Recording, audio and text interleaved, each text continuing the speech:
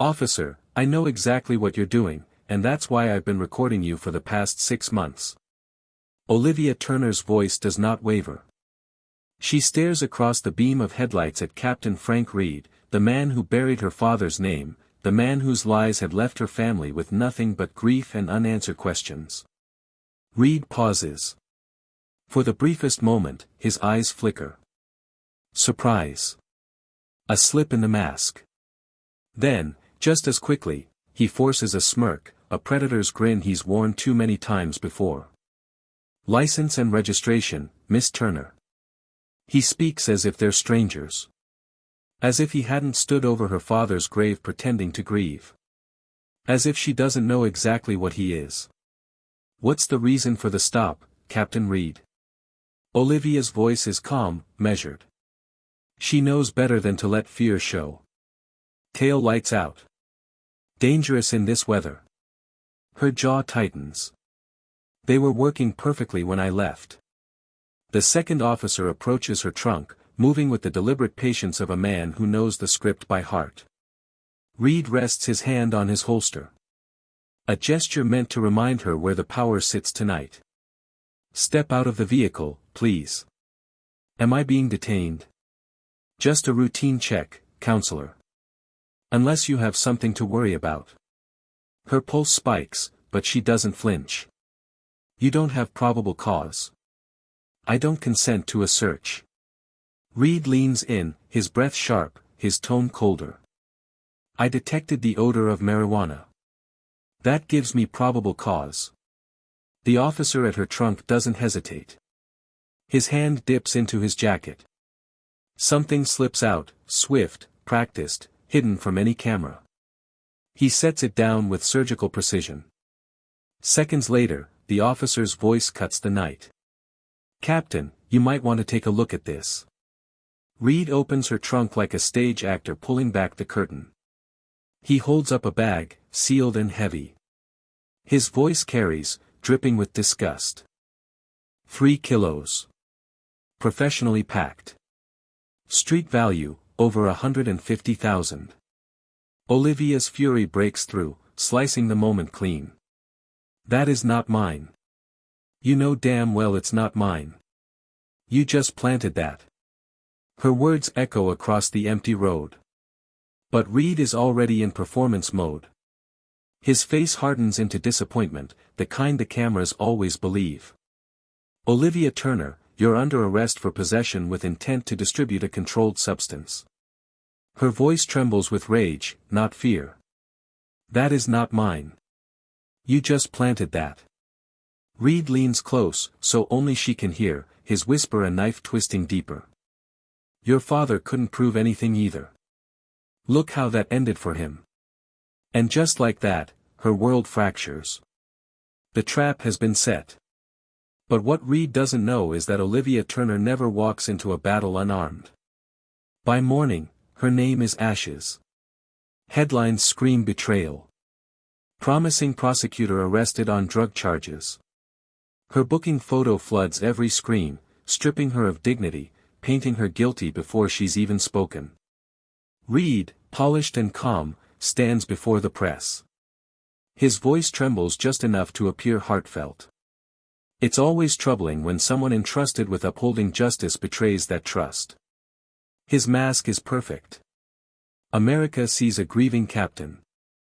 Olivia sees the vulture that murdered her father's reputation and is now feasting on hers. The district attorney strikes the fatal blow. D.A. Wilson suspends her license on the spot. Her cases are stripped, her career dismantled. Inside the jail, the truth spreads quieter. An inmate leans across her cot, whispering through cracked lips, "They did the same thing to my brother last year." The pattern is real. Olivia's fight is only beginning. In the silence of the cell, Olivia finds an ally. Her cellmate, Tasha, leans close. None of us did. Always the same. Traffic stop. Drugs mysteriously appear. Olivia's eyes sharpen. She has no time for sympathy, only truth. I've been recording everything for months. Her voice is steel. She isn't just a victim. She is a weapon waiting for the right moment to strike. Days later, a new officer approaches. James Foster. His eyes linger too long. His voice is careful. Things don't add up. Not with Reed. Olivia studies him. Is he a plant? A test? Or something else? Her jaw tightens. Prove it. Without hesitation, Foster slips her a card. No words. No promises. Just risk, heavy as iron. Olivia isn't just surviving, she's been setting a trap all along. But can her hidden evidence outlast Reed's power?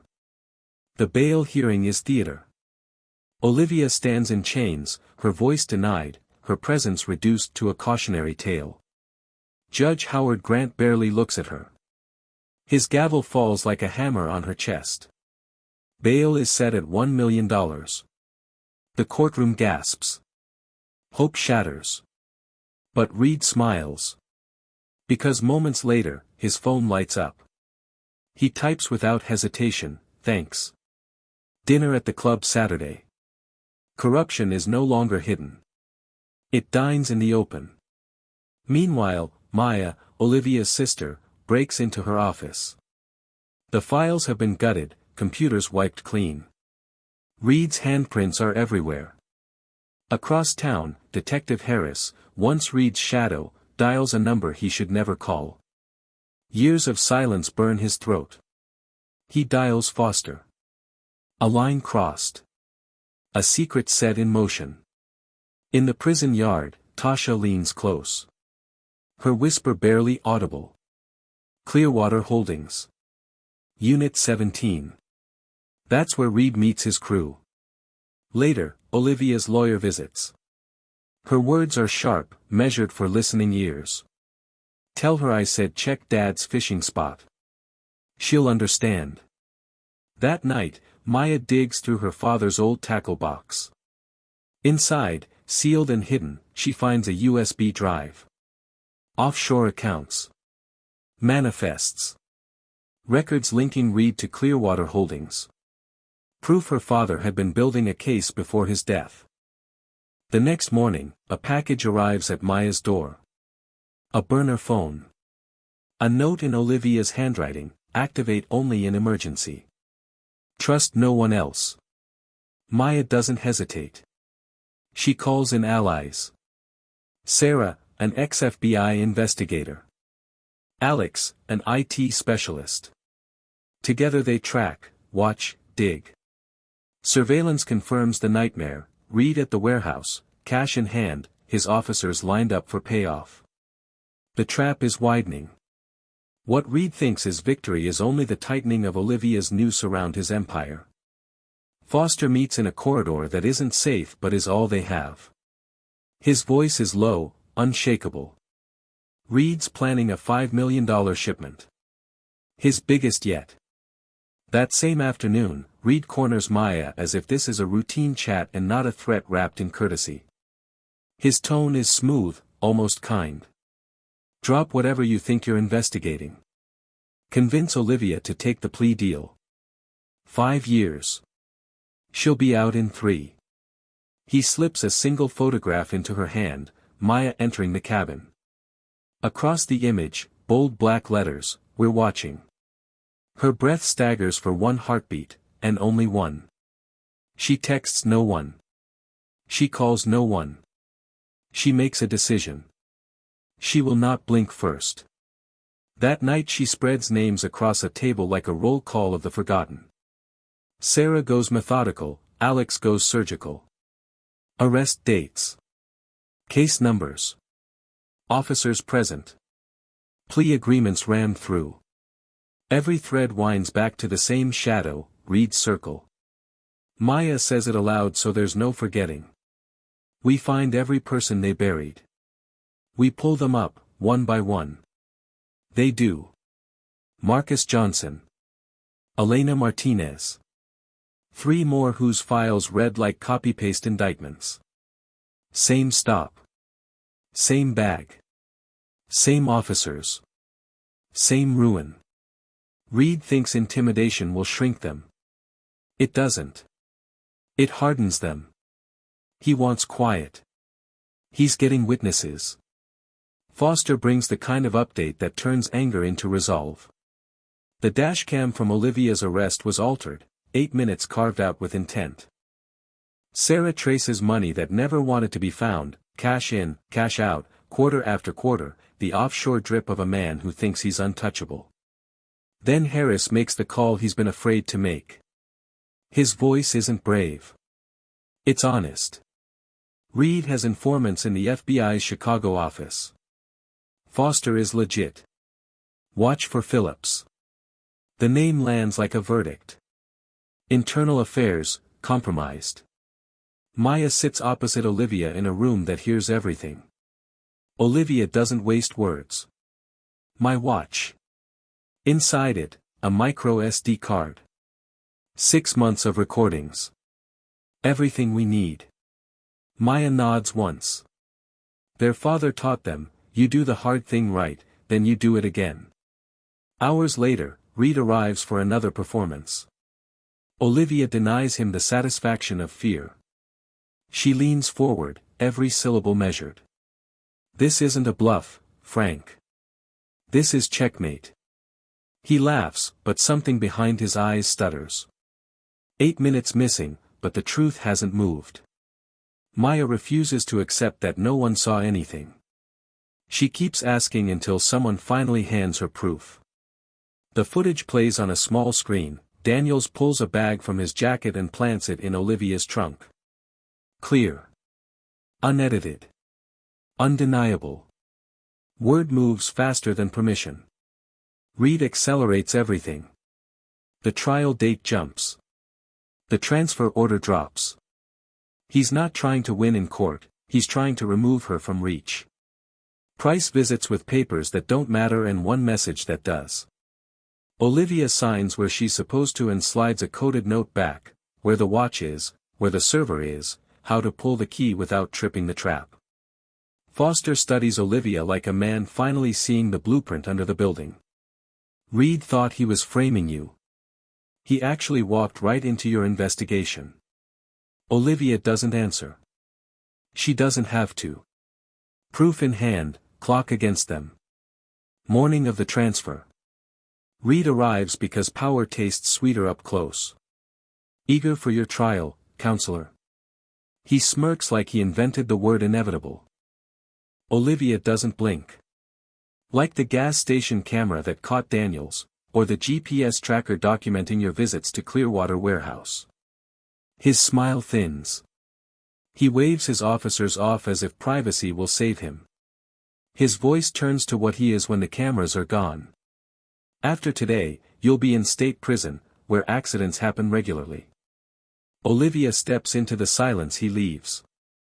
This is not a bluff, Frank. This is checkmate. The door opens. Federal agents enter with a warrant that says the tide has turned. Reed reaches for a weapon he will not use. Foster is faster.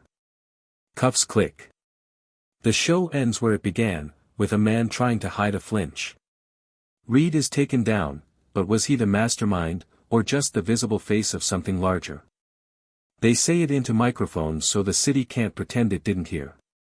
This case is the result of an 8-year investigation into corruption within the Millfield Police Department. Olivia stands to the side, not as a victim, not as a symbol, but as proof that some people do not break. Charges fall like dominoes: drug trafficking, evidence tampering, conspiracy. Names that once controlled rooms now appear in black print under the word defendant. Judge Howard Grant resigns without a fight. District Attorney Wilson learns the word disbarment from the wrong end. Files reopen. Men and women who signed plea deals with a gun to their life get calls that begin with, "We're reviewing your case," and end with a silence that sounds like hope. At the precinct, a name comes down. It's petty. It's necessary. It's the first visible thing to change. An empire falls in public. The rot that fed it prefers the dark. 6 months later, Olivia stands where she promised herself she would. The banner behind her says what matters out loud, the Thomas Turner Justice Initiative. She doesn't raise her voice. She never needed to. No one should face the machinery of law enforcement alone. Tasha accepts the role that turns survival into service, outreach coordinator. Sarah leaves the badge to wear something heavier, lead investigator without a shield. Alex builds the tunnels truth will need, secure channels for whistleblowers who can't risk a front door. Maya writes it the way it happened and earns an award with a name that matters less than the series that did, Badge and Betrayal. Later, at her father's grave, Olivia says the sentence she carried for years. We finished what you started, Dad. Your name is cleared. Assistant U.S. Attorney Davis doesn't bring comfort, he brings fact. The medical examiner falsified reports for Reed. The lie is documented now. The truth is owed. Foster stands with the posture of a man rebuilding a house he once worked inside without seeing the cracks. Your father would be proud. Olivia meets the moment with what it deserves. Yes, it's a start. Her phone vibrates. A message from Maya, new whistleblower just came forward. Another Reed situation brewing. Olivia looks at the screen, then past it. At the edge of the cemetery, a black car lingers. A silhouette watches and doesn't bother to hide. The fight isn't over, this was only one battle in a much bigger war. Like, subscribe, and follow now, because the next chapter will shake everything.